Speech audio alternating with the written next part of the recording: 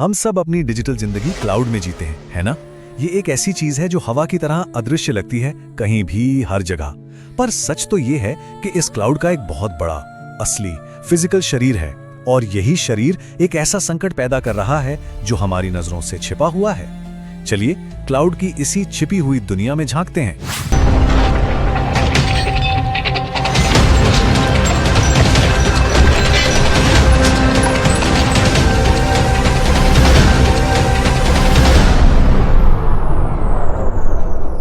जरा सोचिए, ठीक इसी पल दुनिया के किसी अनजान कोने में एक ऐसे डेटा सेंटर में जिसे हम शायद कभी नहीं देखेंगे, एक सर्वर को आखिरी बार बंद किया जा रहा है।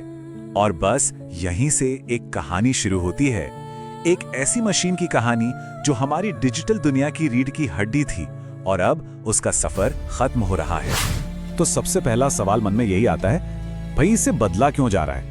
शायद इसलिए कि ये खराब हो गया होगा, टूट गया होगा। लेकिन नहीं, सच्चाई तो यह है कि वो मशीन बिल्कुल ठीक ठाक काम कर रही है। उसे बदला जा रहा है क्योंकि वो ऑब्सलीट हो गई है, यानी अब पुरानी पड़ चुकी है। और बस इसी एक शब्द में पूरी कहानी छिपी है। इसी चीज को कहते हैं इकोनॉमिक ऑब्सोलेसेंस। इसका मतलब बहुत सीधा सा है, हार्डवेयर एकदम फर्स्ट क्लास चल रहा है, कोई दिक्कत नहीं है, लेकिन उसे सिर्फ इसलिए बदल दिया जाता है क्योंकि बाजार में जो नए मॉडल आ गए हैं वो उतनी ही बिजली में कई ज्यादा काम कर सकते हैं। तो ये कोई तकनीकी खराबी नहीं, बल्कि एक ठंडा हार्डकोर बिजनेस का फैसला है। तो एक अकेला सर्वर एक ग्लोबल प्रॉब्लम कैसे बन जाता है? चलिए देखते हैं कि ये सर्वर बदलने का जो चक्र है वो कैसे धीरे धीरे इलेक्ट्रॉनिक कचरे का एक पहाड़ खड़ा कर रहा है। अब जो आंकड़े सामने आएंगे वो वाकई चौंकाने वाले हैं। हर साल दुनिया भर में करीब करीब 2 से 4 करोड़ सर्वर बंद कर दिए जाते हैं। और याद रखिए, ये कोई एक बार की बात नहीं है, ये हर साल होता है, एक न रुकने वाले पहिए की तरह। और अगर इन करोड़ों सर्वरों को वजन में तोला जाए तो ये हर साल 10 लाख टन से भी ज्यादा होता है। ये इतना ज्यादा है कि इसकी कल्पना करना भी मुश्किल है। और रुकिए, बात यहीं खत्म नहीं होती है। ये जो आंकड़ा है ना, ये हर साल 20 से 25% और बढ़ रहा है। और इसमें नेटवर्किंग का सामान, स्टोरेज ड्राइव्स या पावर सिस्टम जैसी चीजें तो शामिल भी नहीं है। मतलब असली तस्वीर इससे कहीं ज्यादा बड़ी और डरावनी है। तो इस कचरे के पहाड़ में आखिर है क्या? यहीं पर एक बड़ा दिलचस्प कॉन्सेप्ट सामने आता है, अर्बन माइन, यानी शहरी खदान। इन मशीनों के अंदर जो कुछ छिपा है वो सच में हैरान करने वाला है। देखिए, एक सर्वर सिर्फ स्टील और एल्यूमिनियम का एक डब्बा नहीं है। इसके अंदर तांबा है, सर्किट बोर्ड्स हैं और सबसे कीमती चीजें सोना, चांदी और पैलेडियम जैसी बेशकीमती धातुएं। लेकिन साथ ही इसमें सीसा और कैडमियम जैसे जहरीले और खतरनाक पदार्थ भी हैं। मतलब ये एक ही समय में खजाना भी है और जहर भी। अब ये खजाना कितना बड़ा है इसका अंदाजा इस बात से लगाइए, 1 टन यानी 1000 किलो अच्छी क्वालिटी की सोने की खदान की खुदाई करने पर करीब 5 से 10 ग्राम सोना निकलता है। वहीं 1 टन सर्वर के सर्किट बोर्ड से 200 से 300 ग्राम सोना मिल सकता है। जी हाँ, ये असली सोने की खदान से 20 से 60 गुना ज्यादा कीमती है। तो इस शहरी खदान की कुल कीमत क्या है? अंदाजा ये है कि डेटा सेंटर से निकलने वाले इस ई कचरे से हर साल 10 से 20 अरब डॉलर की सामग्री निकाली जा सकती है।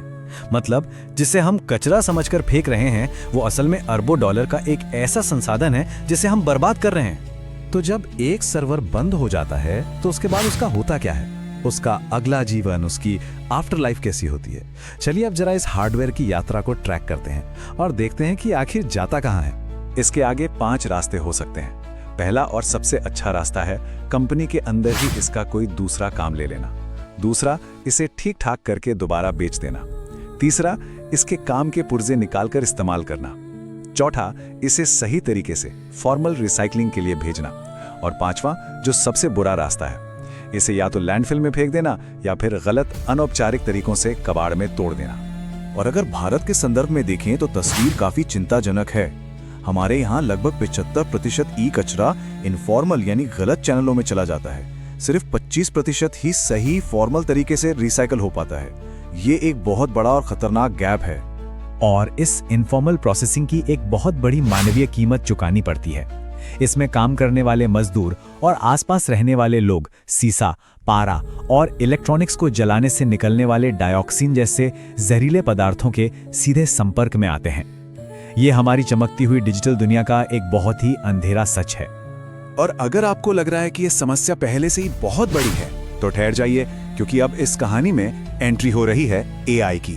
और आर्टिफिशियल इंटेलिजेंस की ये लहर इस समस्या को एक सुनामी में बदलने वाली है। समझते हैं कैसे? बस इस फर्क को देखिए। एक नॉर्मल सर्वर 3 से 5 साल तक आराम से चलता है, लेकिन एक एआई जीपीयू सर्वर उसे सिर्फ 18 से 24 महीने यानी 1.5 से 2 साल में ही बदल दिया जाता है। एआई की जो भूख है वो हार्डवेयर की उम्र को आधे से भी कम कर रही है। इसकी वजह है एआई की दुनिया में सबसे आगे रहने की होड़। हर कंपनी को सबसे तेज, सबसे पावरफुल चिप चाहिए। पुराने हार्डवेयर पर टिके रहने का मतलब है इस रेस में पीछे छूट जाना। इसलिए ये कहीं ज्यादा महंगे, ज्यादा कीमती धातुओं से बने सर्वर बहुत तेजी से बदले जा रहे हैं, जिससे कचरे का ये चक्र और भी ज्यादा तेजी से घूम रहा है। और ये तो बस शुरुआत है। साल 2024 में जीपीयू सर्वरों की संख्या 20 से 30 लाख के बीच है, लेकिन अनुमान यह है कि 2028 तक ये बढ़कर 1 से 1.5 करोड़ तक पहुंच जाएगी। ये कोई नॉर्मल ग्रोथ नहीं है, ये एक तरह का विस्फोट है। तो इसका निचोड़ क्या है? निचोड़ ये है कि 2027 से 2030 के बीच हम इतिहास की सबसे बड़ी, सबसे कीमती और सबसे जटिल टेक्नोलॉजी वेस्ट की लहर देखने वाले हैं, और ये लहर बस आने ही वाली है। तो अब हम एक ऐसे चौराहे पर खड़े हैं जहां भविष्य के लिए हमारे पास एक बुनियादी चॉइस है। क्या हम एक लीनियर यानी सीधी रेखा वाले रास्ते पर चलेंगे या फिर एक सर्कुलर यानी चक्रीय रास्ते पर? ये 2 मॉडल हैं। लीनियर इकोनॉमी का मतलब सीधा है, जमीन से संसाधन निकालो, इस्तेमाल करो और फेंक दो। ये हमारा आज का रास्ता है। वहीं दूसरी तरफ सर्कुलर इकोनॉमी का मतलब है इस्तेमाल करो, फिर उसमें से कीमती चीजों को वापस निकालो और उससे फिर से कुछ नया बनाओ। तो इस सर्कुलर मॉडल तक पहुंचा कैसे जाए? कुछ रास्ते हैं। पहला, ऐसे हार्डवेयर डिजाइन किए जाएं जो ज्यादा दिन चले और जिन्हें आसानी से अपग्रेड किया जा सके। दूसरा, एडवांस्ड रिसाइकलिंग टेक्नोलॉजी में निवेश करना होगा। तीसरा, कंपनियों के लिए ये जरूरी बनाना होगा कि वो अपने हार्डवेयर के पूरे जीवन काल का डेटा दें। और चौथा, प्रोड्यूसर की जिम्मेदारी वाले नियमों को और मजबूत करना। तो हम वापस वहीं आ गए हैं जहां से हमने शुरू किया था। अगला सर्वर बंद किया जा रहा है। वो कौन सा रास्ता अपनाएगा, इसका भविष्य इस बात पर निर्भर करता है कि हम और आप आज क्या विकल्प चुनते हैं।